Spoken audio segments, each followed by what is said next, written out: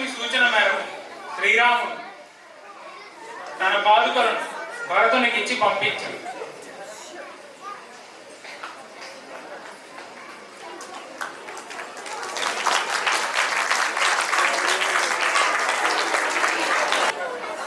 అప్పుడు వచ్చింది రావణుని చెల్లెలు శూర్పణఖ అనే రాక్షసు.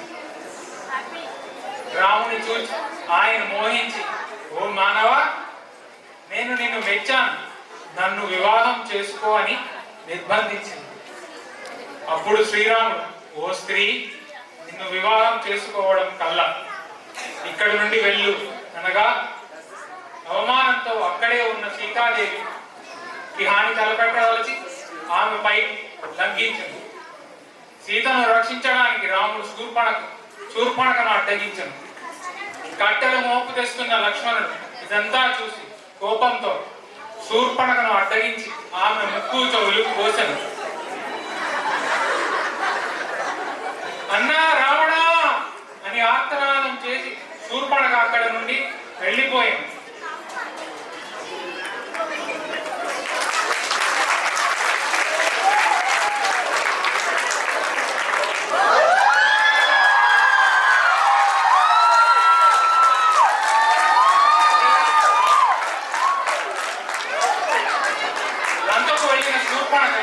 తన అన్న రావణుని వద్దకు ఏడుస్తూ వెళ్ళింది.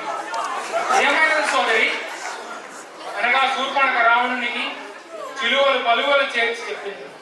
సీత సౌందర్యమును గురించి వినిన రావణుడు ఆమెను అపహరించదలిచాడు.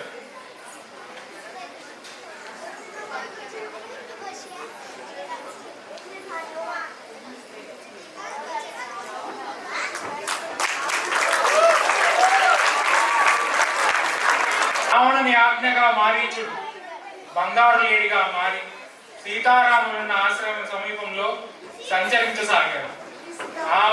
ఆ మాయా లేడిని చూసి ముచ్చటపడిన సీత రాముడితో, స్వామి, ఆ బంగారు లేడి చూడముచ్చటగా ఉన్నది, దాన్ని మచ్చిక చే ఆశ అవుతున్నది అనగా శ్రీరాముడు అటులనే అని చెప్పి ఆ బంగారు లేడిని తెచ్చుటకు వెళ్ళాను. రామబాణం తగిలిన ఆ మాయాలేడి, ఆ సీత, ఆ లక్ష్మణ అని ఆక్రందన చేశాను. అది విన్న సీతాదేవి లక్ష్మణుని సమీపించి, మీ అన్నగారు ఆపదలో ఉన్నారు, వెళ్ళి రక్షించుము అనగా వదిన గారి ఆజ్ఞ మేరకు లక్ష్మణుడు లక్ష్మణ రేఖను గీశాను. ఈ రేఖను దాటి రాకండి అని చెప్పి అన్నగారి రక్షణకు వెళ్ళాను.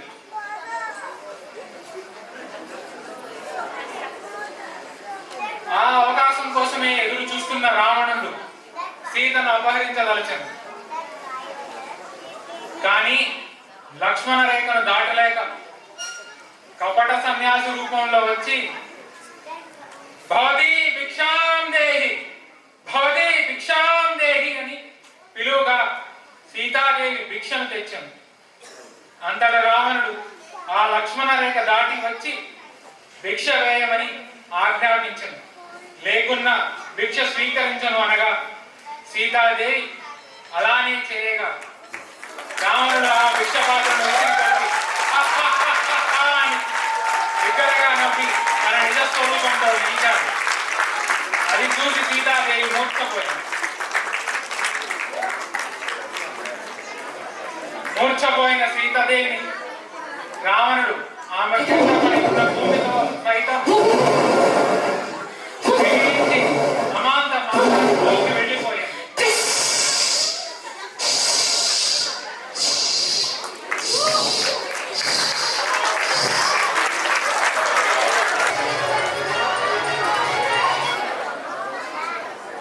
ఆకాశ వీధిలో మార్గ మధ్యంలో స్పృహ వచ్చిన సీతాదేవి తనను కాపాడమని, స్వామి, స్వామి, కాపాడండి అని అరవగా ఆమె ఆక్రందనలు వినిన జటాయువు అనే పక్షిరాజు సీతను రక్షించడానికి తన రెక్కలను ఆయుధంగా చేసి రావణునితో తీవ్ర పోరాటం చేసి తన ప్రాణాలను కోల్పోయింది.